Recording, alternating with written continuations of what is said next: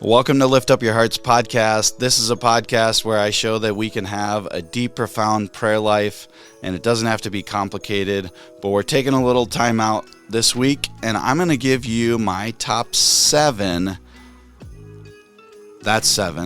ideas for a Catholic person in your life for Christmas, okay?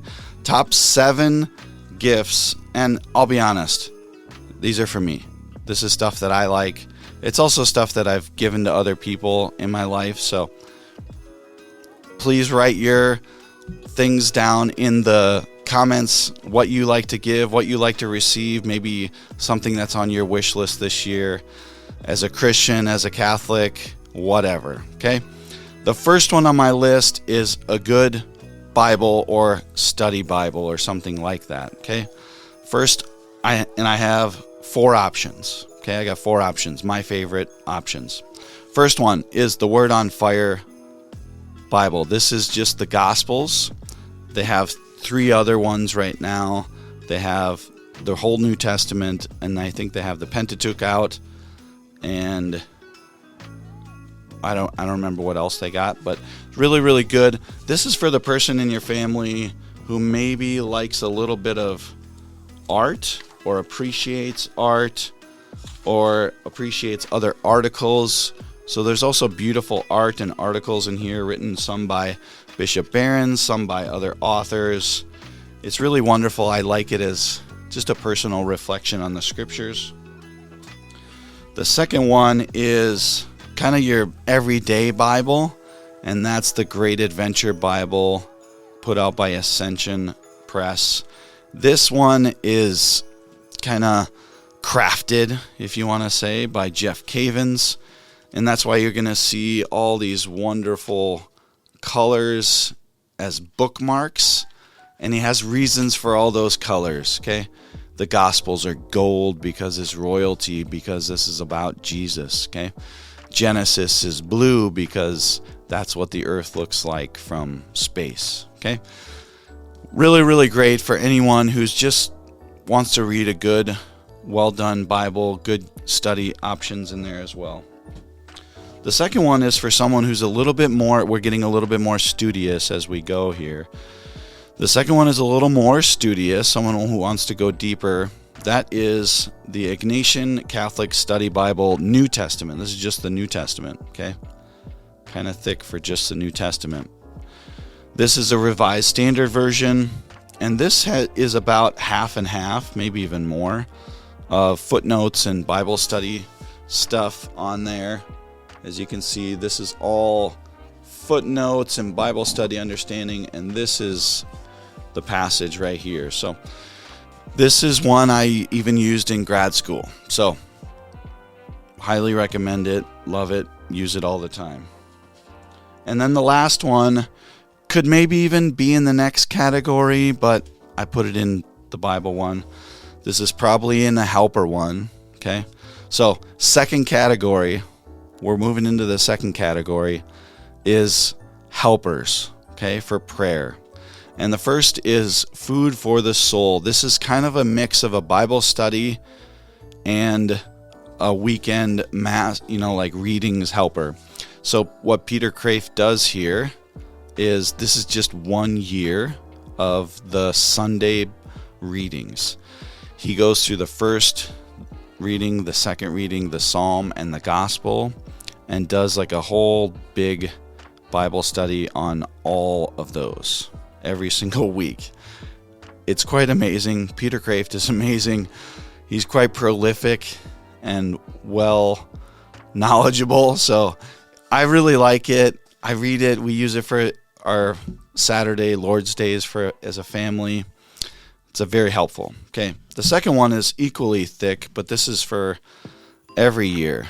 This is the Daily Roman Missal, and it is what it says it is, right? It has all these wonderful ribbons to keep your place, but this is the Mass parts and the readings for every day of the year. The only downfall of this one, I think, is the size, okay? If you're looking for something smaller, you're going to look for a publication that comes out every month called the Magnificat or the Word Among Us. Those come out every month. They're a little bit different. The Magnificat has morning and evening prayer with the Mass parts and then a little reflection. The reflection, in my opinion, is a little bit more theological each day. And then there's the Word Among Us, which has the Mass readings, the Mass parts, and then a reflection, which is a little bit more reflective. It's more of a prayer. It's probably why I'm a little bit partial to that one, but they're both good. They're a subscription that's about $50 to $60 a year. They're really good. They'll come to your mailbox every single month. You'll get them well in advance so you can use them for your prayer time. Number 3, other books. Okay? Other books. The first is one of my favorites, C.S. Lewis. This is complete C.S. Lewis signature classics, not the complete list of all of his books. This is 7 of them. Mere Christianity, Screwtape Letters, The Great Divorce, The Problem of Pain, Miracles, A Grief Observed, and The Abolition of Man. So 7 of his classics. I think this is still under $50. By the way, links for all of these are going to be in the description.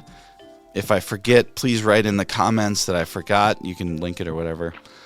But I'll try to get all those in there. C.S. Lewis, great. I've read all of those. They're all in my top 20 all time. Second is almost any book by Father Jacques Philippe. This one I read just a couple months ago, Searching for and Maintaining Peace.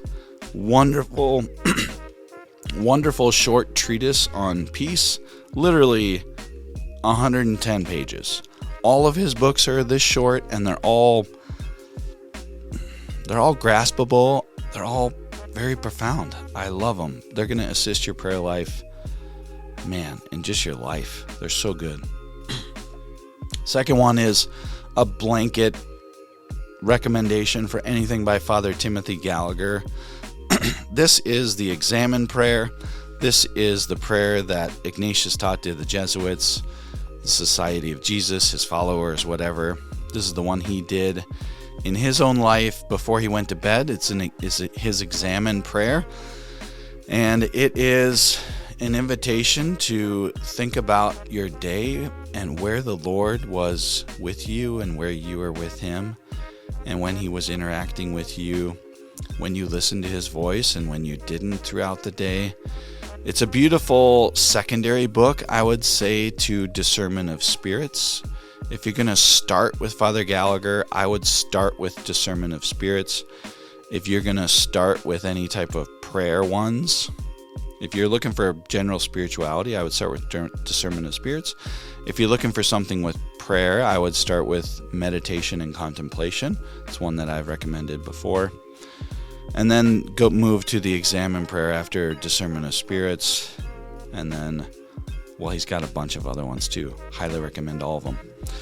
And then the last one on this list of other books is any book by a saint that you love. And there's lots of books about Padre Pio. This one is about Saint Bernadette. She's my favorite female saint. But if maybe Saint Therese is your favorite female saint, you can get Story of a Soul. You can get whatever else. There's lots of books on Mother Teresa and many, many other saints. Maybe the person you're getting it for has a particular saint that they love, or maybe you just ask them and get it for them as well. So the next one is a prayer helper, but not a book, okay? And this is number 4. This is Icons, okay? This is the Mystical Supper, the Last Supper. We like to receive these. I love to receive icons because they're not little tchotchke things you're going to throw away. You're going to keep them for a long time, and they're well done, they're beautiful, and they're also meant to be used for prayer. Okay, our Orthodox brothers and sisters have them in their churches to be used for prayer. So I love them. We love to give them to other people as well. And then number 5 is the Jesse tree. I'll cut that out. Just kidding. Any type of Jesse tree that you can use with your family. I know some families make Jesse tree ornaments and then hang them on the tree as they go through it. The wonderful thing about the Jesse tree is you get the whole story of salvation history, and you get to talk about it as a family. And I love it as a reminder every single year. And I love to have those little conversations with my daughter about them. And I like also that you can make it as expansive or as short and sweet as you'd like. Okay? It's a great thing to do. If you don't already have one this year, you can get one for next year. Maybe they're even on sale. And then the last two are a little bit more fun, okay? And again, these are for me. These are just suggestions. Write all of your favorite suggestions in the comments. My last two are beard balms. You can also get beard oils, but I'm kind of a balm guy. This first one is by Barbados Beard Balm, a Catholic beard balm company. This is the Chrism scent. It's definitely my favorite. They have other ones you can see there. These are nice. They're really good. The texture's good. The smell is good. They're a teeny bit expensive, but you're supporting a good cause. Okay? This next one, though, is my favorite by far. So good. Glory and Shine. This is made by a Catholic family in Idaho, and it smells amazing.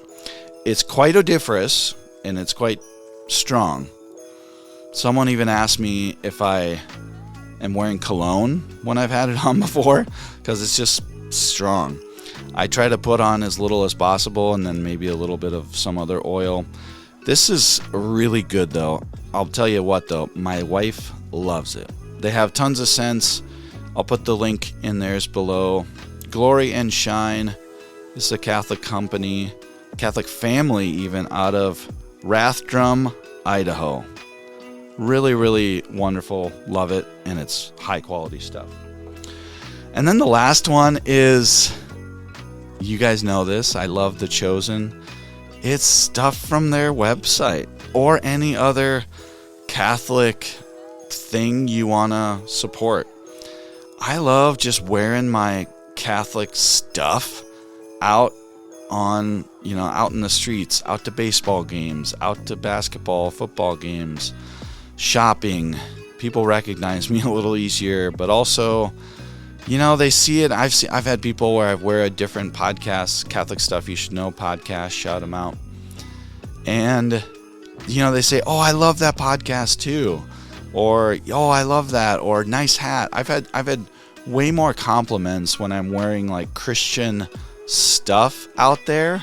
And it kind of just lifts up my heart, if I don't say so myself. And also it's supporting what I hope mostly is good companies. Going to those Catholic bookstores that are local or the online ones as well and supporting them as much as possible. I hope this was fun for you. I hope you got some ideas for that Catholic in your family or stuff you can put on your list. If you have other things, of course, put them in the comments below.